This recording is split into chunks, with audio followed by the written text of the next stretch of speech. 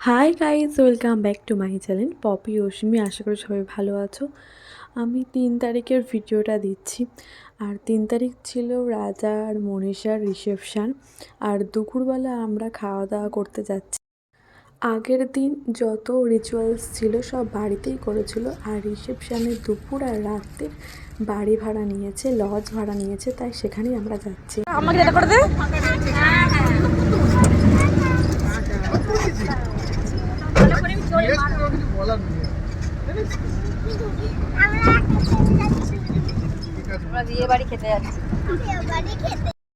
আমরা লজে চলে এসেছি আর এসে আমরা খাওয়া দাওয়া শুরু করে দিয়েছি। আর অশ্মিকে এখানে খাওয়াচ্ছি, আমিও খেতে বসে গেছি।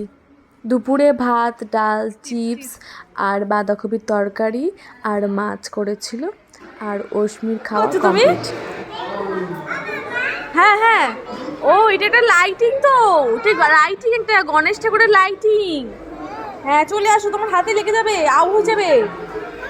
হ্যাঁ হ্যাঁ, তুমি খেয়েছো তো? তুমি খেয়েছো? কেমন লেগেছে?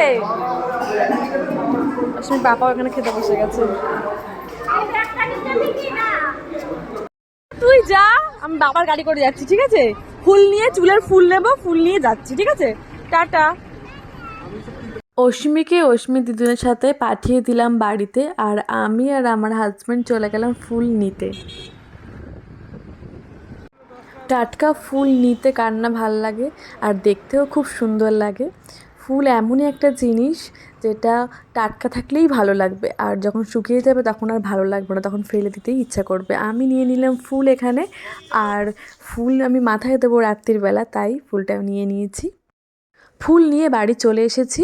আর ভিডিওটি আর বড় করতে পারছি না।